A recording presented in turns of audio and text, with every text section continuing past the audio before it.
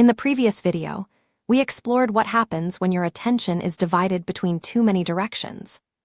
You keep discovering new possibilities, starting new projects, and leaving each one before it has enough time to become real. But even after you finally choose a direction, another habit can quietly keep you in the same place. It looks responsible. It feels productive.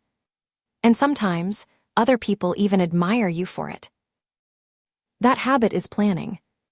You create a schedule. You research the best tools.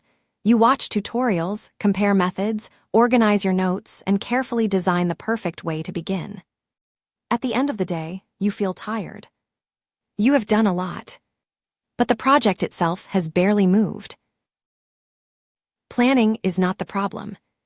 Good planning can save time, prevent mistakes, and give structure to an uncertain process. The problem begins when preparation becomes a substitute for participation. When you spend more time designing the path than actually walking it. Perhaps you have experienced this before. You decide to start writing, so you search for the best writing software. Then you study different routines used by successful authors. You organize your ideas into folders, choose a font, create a detailed outline, and watch one more video about how to overcome writer's block. Days pass. Your system becomes more sophisticated, but the page remains empty.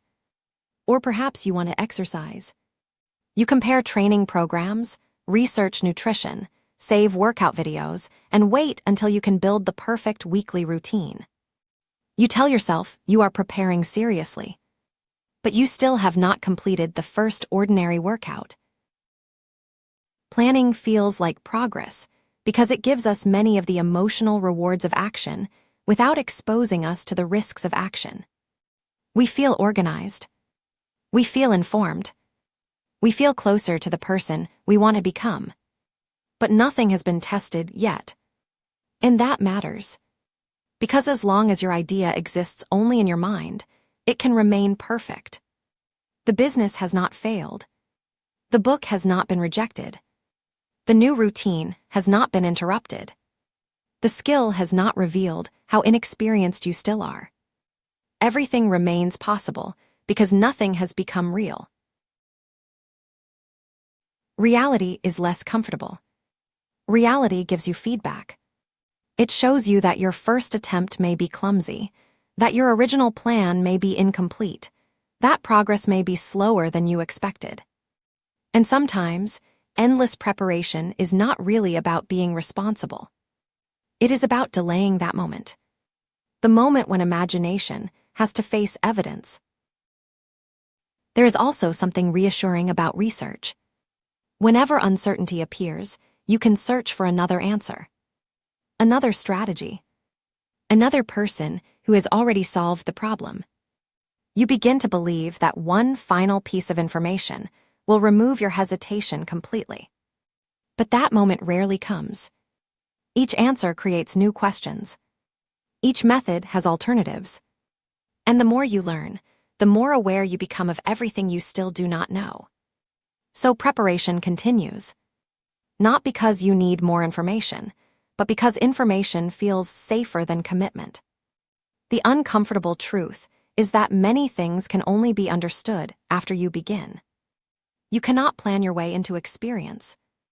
You cannot research your way into confidence. And you cannot remove every possibility of failure before taking the first step.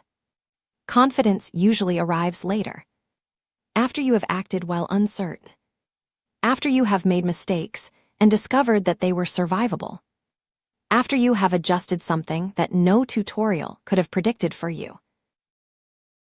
A plan is supposed to guide action.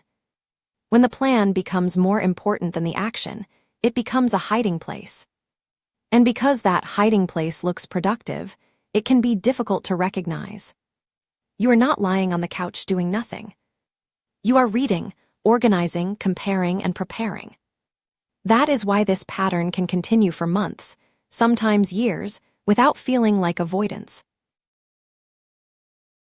So how do you know when planning has gone too far? Ask yourself a simple question. Has the information I gathered changed what I will do next? If the answer is yes, the planning may still be useful. But if you already know the next step and continue searching anyway, you may no longer be preparing. You may be postponing. Try setting a limit. Give yourself a fixed amount of time to research and plan. Then produce something real.